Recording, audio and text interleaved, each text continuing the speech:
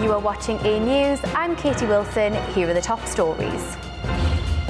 The proposed ceasefire deal between Ukraine and Russia has drawn global attention, with world leaders welcoming the deal.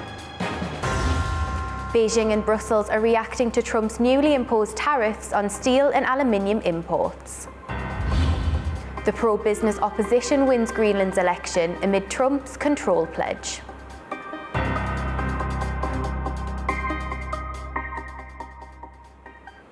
High-level talks between the United States and Ukraine and Saudi Arabia have concluded with an agreement for a ceasefire.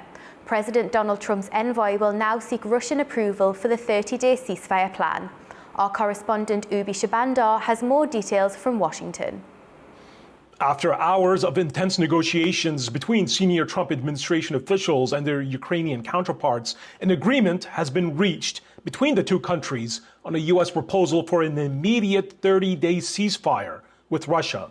The next step, the Kremlin will have to weigh in with its own approval for the proposed ceasefire. This could potentially be a breakthrough in the 3-year-long war between Moscow and Kyiv. Secretary of State Marco Rubio told the press that, quote, "The ball is now in Russia's court. We hope the Russians will reciprocate." As a result of Ukraine's agreement for a ceasefire, the U.S. will lift its suspension on intelligence sharing with Ukraine and will resume the shipments of ammunition and weapons to the Ukrainian military that had been previously put on hold. President Trump on Tuesday said that he hopes that Russia will agree to the ceasefire and indicated that he would invite Ukrainian President Zelensky back to the White House. Zelensky issued a statement following the negotiations in Riyadh where he endorsed a comprehensive ceasefire. President Trump's Middle East envoy Steve Witkoff will now head to Moscow to meet with Russian President Vladimir Putin in the hopes of gaining Russian approval for the plan. This will be Witkoff's second meeting with Putin at a time when Washington wants to normalize relations with Russia and achieve a rapid end to the Ukraine conflict. Ubi Shabandar, A News, Washington, D.C. Following high-level talks in Saudi Arabia, the United States confirms it will resume military aid and intelligence sharing with Ukraine. It's after Kyiv agreed to a 30-day ceasefire proposal, which marks a significant step towards reducing the ongoing conflict. All eyes are now on Moscow for their response. The US says it'll resume military aid and intelligence sharing with Ukraine. The decision follows Kyiv's readiness to accept a 30-day ceasefire proposal. It's after the US and Ukrainian officials held talks in Saudi Arabia on Tuesday. The agreement between delegations from America and Ukraine includes the possibility of extending the ceasefire. Ukrainian President Volodymyr Zelensky called the proposal a positive step forward. During today's talks, the American side proposed taking a first step forward, establishing a full ceasefire for 30 days, not just stopping missiles, drones and bombs, not just ensuring security in the Black Sea, but implementing a complete ceasefire along the entire front line. Ukraine welcomes this proposal. We see it as a positive proposal and are ready to take this step. In addition to the ceasefire, the US and Ukraine are working to finalize a deal on Ukraine's critical mineral resources. US President Donald Trump says he hopes that Russian President Vladimir Putin will agree to the ceasefire and signaled that a meeting with Russian officials was planned for later in the week. And hopefully we'll be able to wipe out a deal. But I think the ceasefire is very important. If we can get Russia to do it, that'll be great. If we can't, we just keep going on and people are going to get killed, lots of people. Before the ceasefire announcement, Putin's spokesman Dmitry Peskov had said, "One should hope for the best, but there shouldn't be premature celebrations yet." The Ukrainian leader says the ceasefire would take effect as soon as Russia agreed. Trump also confirmed that Zelensky would be invited back to the White House after a tense meeting 2 weeks ago, where key agreements were left unresolved. World leaders quickly reacted to the ceasefire proposal, with many saying that the next step lies with Russia. European Council President Antonio Costa and European Commission President Ursula von der Leyen both issued a joint statement on social media platform X. They both say they welcome the US-Ukraine talks, calling it a positive development. They say that the EU is ready to support peace negotiations alongside its partners. Poland's Prime Minister Donald Tusk expressed optimism about the ceasefire proposal. His message reflected Europe's readiness to assist in the peace process. French President Emmanuel Macron welcomed the progress, writing that the ball is now clearly in Russia's court. Lithuanian President Gitanas Nausėda also welcomed the talks, saying that peace and security guarantees will be crucial for achieving lasting peace in the region. The proposed ceasefire deal between Ukraine and Russia has drawn global attention, with world leaders welcoming the deal. However, Ukrainians and Russians remain sceptical. World leaders have reacted to the ceasefire proposal between Ukraine and Russia. European Commission President Ursula von der Leyen welcomed the deal in a post on social media, calling it a step towards lasting peace for Ukraine. French President Emmanuel Macron echoed von der Leyen's remarks and says it's now up to Russia to jump on board. UK Prime Minister Keir Starmer has called the deal a remarkable breakthrough and an important moment for peace in Ukraine. Meanwhile, residents in Ukraine's capital, Kyiv, are sceptical about reaching a deal with Russia and fear Moscow will use this opportunity to regroup and stockpile on more resources for future attacks. Now, to be honest, I am very doubtful that Putin will agree to the ceasefire. They officially said a few times that they won't stop until they capture Kherson region, Zaporizhzhia region, which is clearly unacceptable for us. Let's imagine myself in Russia's shoes. 30-day ceasefire will allow them to stockpile more drone and missiles, and in 30 days to stage a double attack. Russia wants to have Odessa, Russia wants to have Kharkiv, Russia wants to have Sumy, Russia wants to have entire Ukraine. In Moscow, however, residents have expressed mixed feelings about the ceasefire deal. It is always good when somebody stops warfare.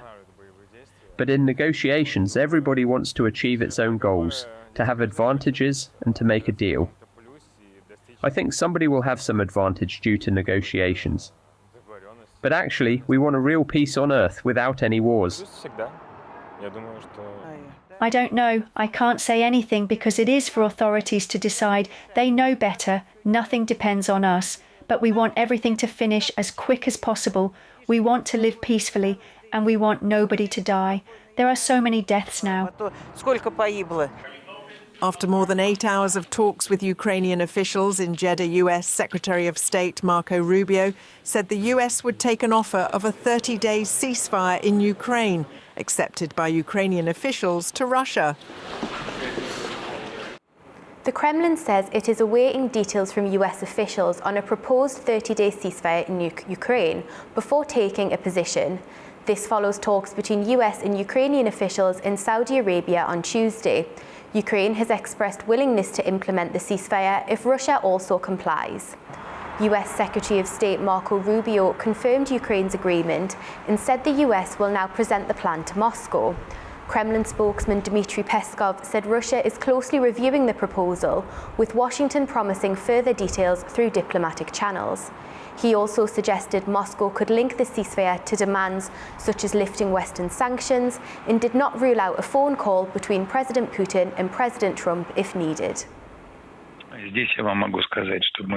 I can tell you that we are carefully studying the statements made as a result and are familiarising ourselves with the text of the joint statement adopted in Jeddah.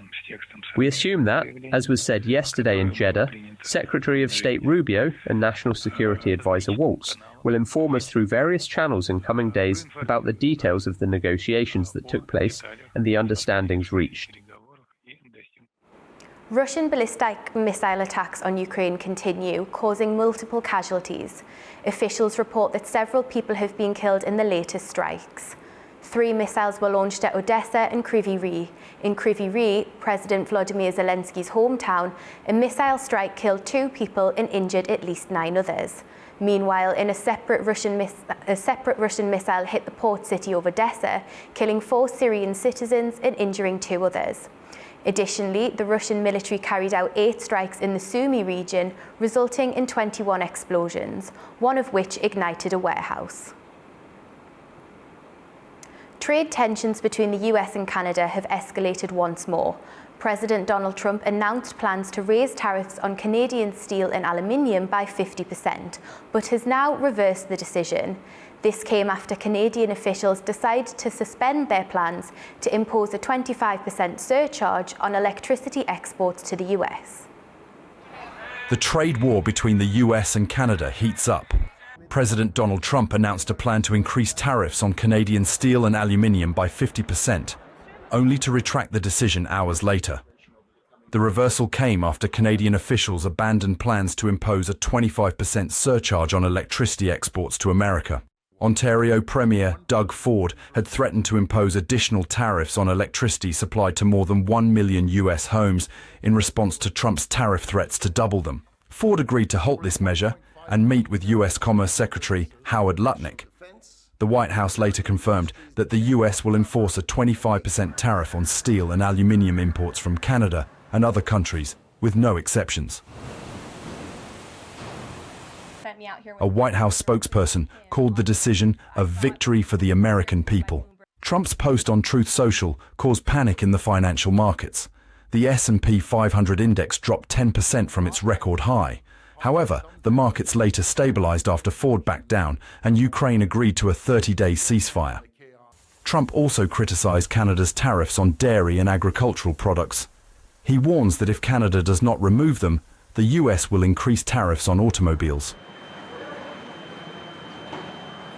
To discuss the economic impact of his policies, Trump met with around 100 US business leaders. Investors are worried about economic damage from these trade policies. Canada and China have already imposed tariffs on US goods. However, Mexico has held back after Trump postponed new tariffs on its exports. Turning to China, Beijing has vowed to take all necessary measures against the fresh US tariffs. President Donald Trump's tariffs on steel and aluminium imports came into effect on Wednesday, imposing a 25% duty with no exceptions or exemptions, further escalating the global trade war. Tensions between the United States and China have sharply risen again, with Beijing condemning the new tariffs. The Chinese Foreign Ministry vowed to take all necessary steps to protect its rights, adding that the move violated World Trade Organization rules. China has always believed that protectionism leads nowhere, and there are no winners in trade or tariff wars. This is also the general consensus of the international community. The US approach seriously violates WTO rules, damages the rules-based multilateral trading system, and does not contribute to resolving the issue. China will take all necessary measures to safeguard its legitimate rights and interests. Although China is the world's largest steel producer, its steel exports to the US are relatively minimal. However, this action has prompted retaliation from Beijing, particularly targeting US agricultural products. Distinct tariffs are now in place for Canada, Mexico and China, with the European Union, Brazil and South Korea facing reciprocal tariffs starting April 2nd.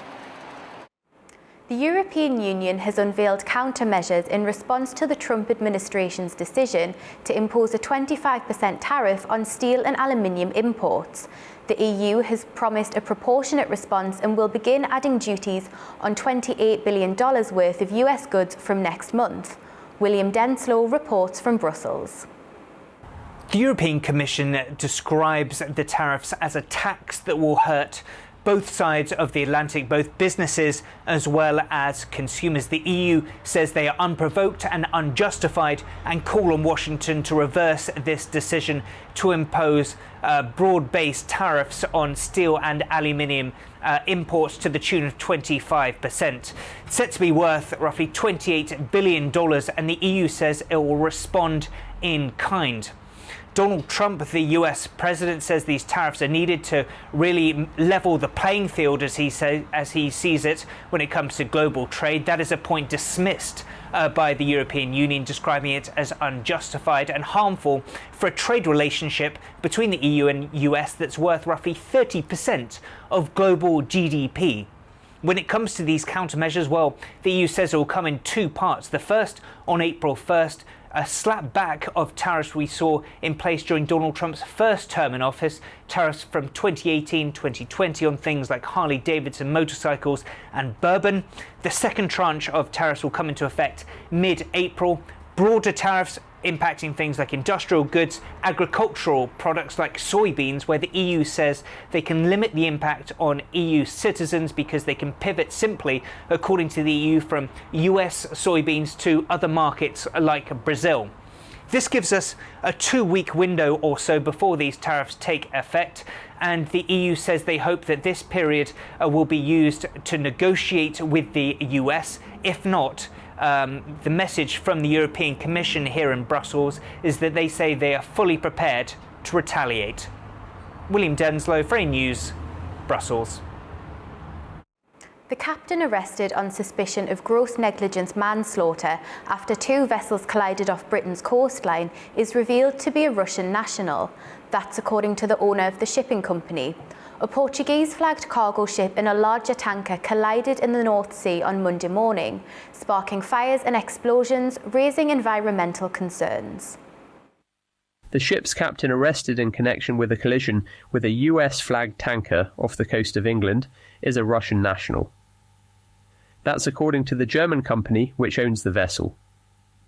British police arrested the captain of a cargo ship on suspicion of gross negligence manslaughter on Tuesday. It's after both vessels collided in the North Sea on Monday, leaving both vessels badly damaged.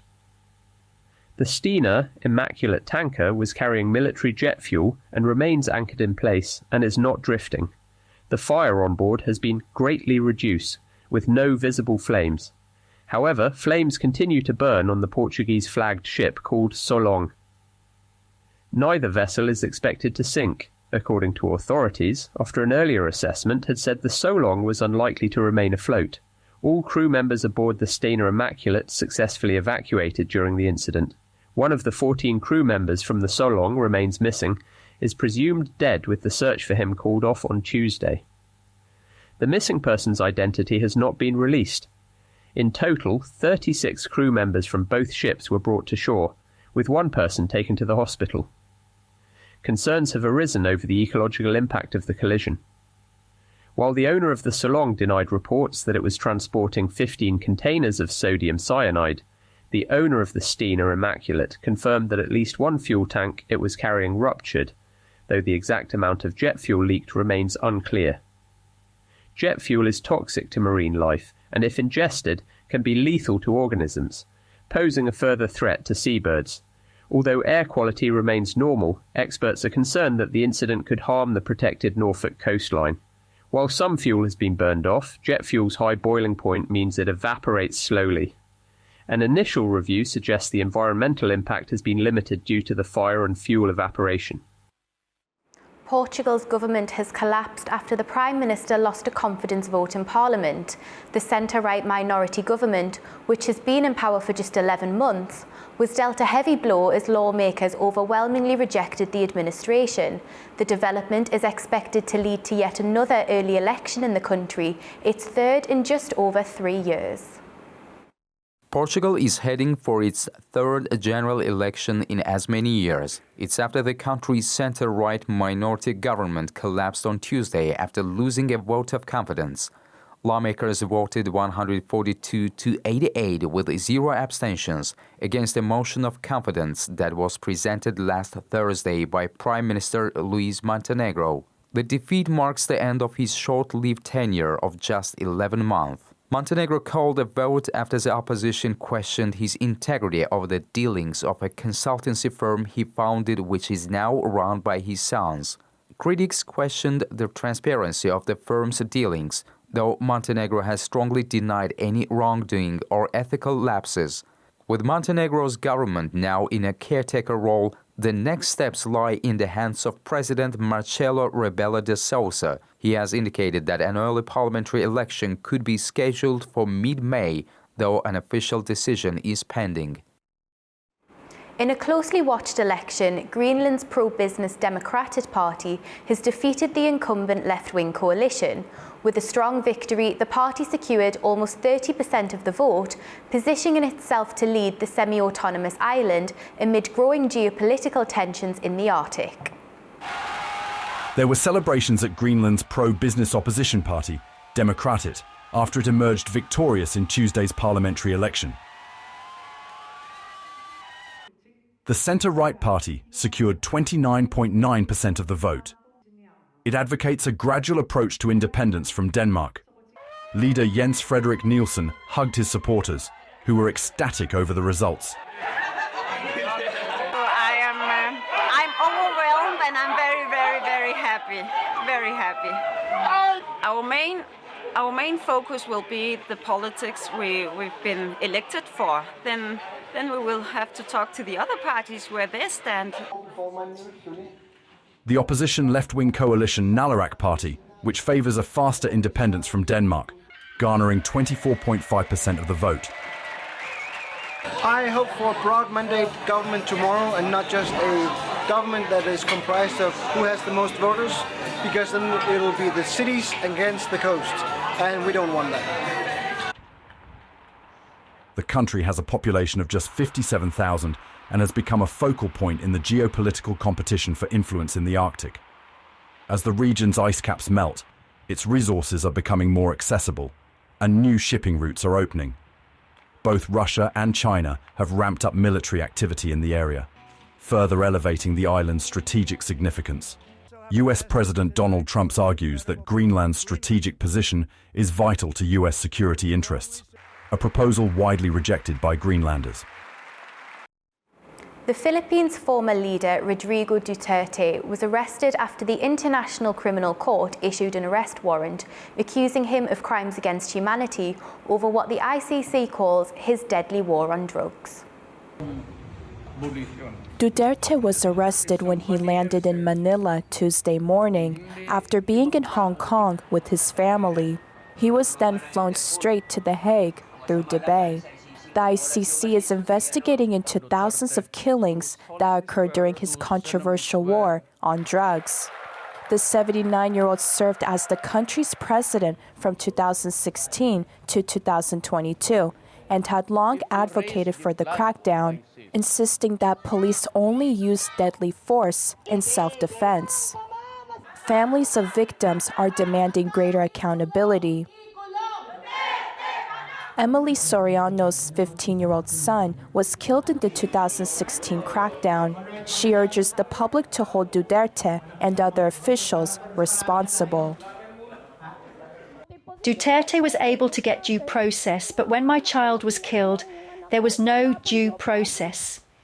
He sleeps in a nice bed while my child is rotting at the cemetery.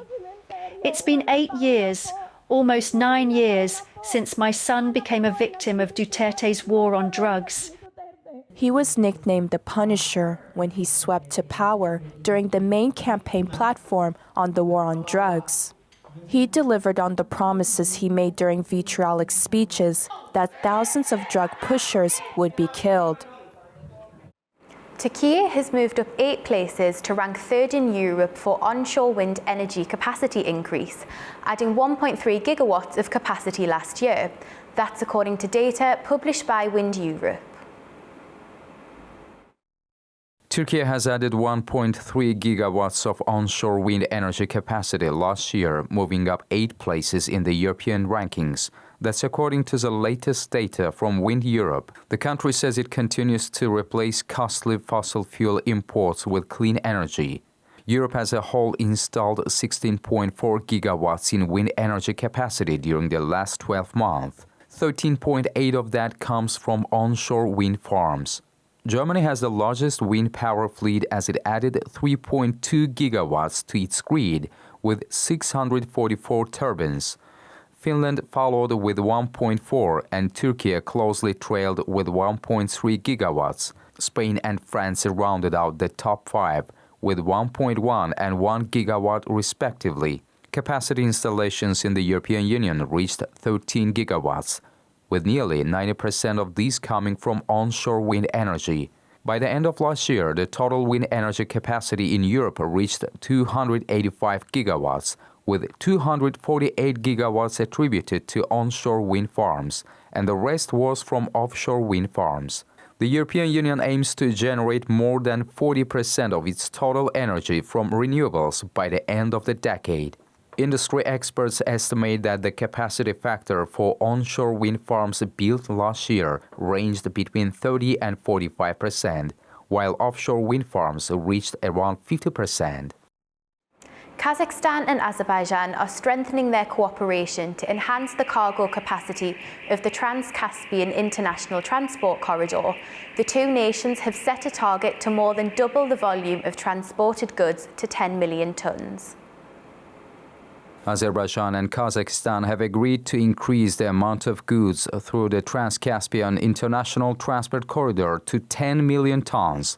In 2023, cargo volume along this route reached 4.5 million tons. It's after Azerbaijani Foreign Minister Ceyhun Bayramov met with Kazakh Deputy Prime Minister and Foreign Minister Murat Nurtuleo in Kazakhstan on Tuesday.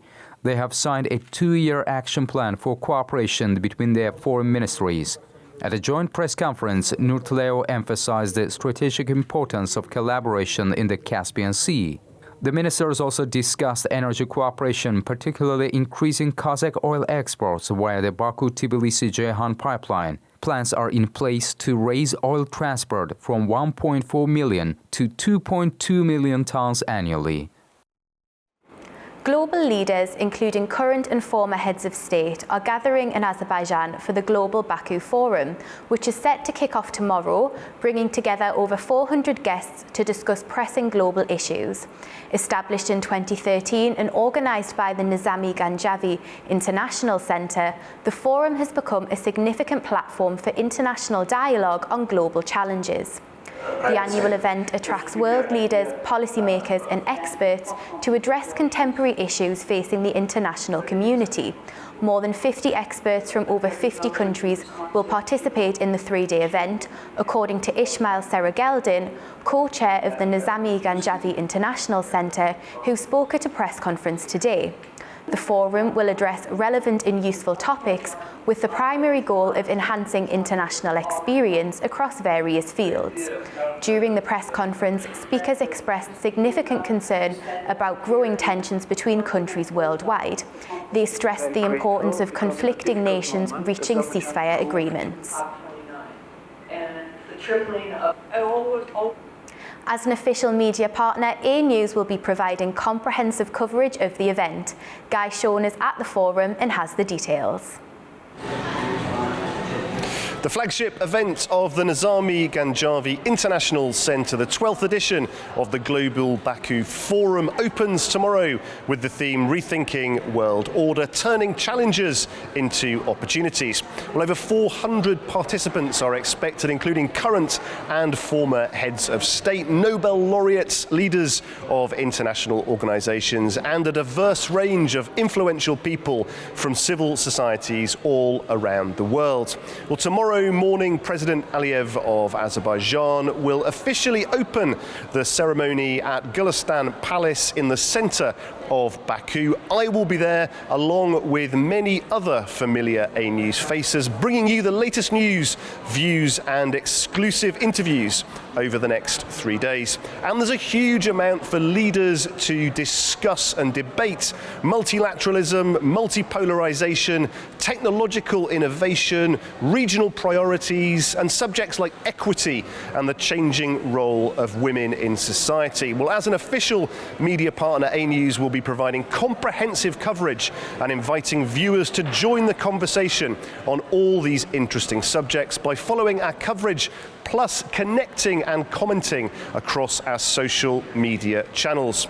So join us bright and early tomorrow as A News kicks off our extensive coverage of the Global Baku Forum. Thanks for joining us. Keep watching A News for the latest, and we'll be back before you know it.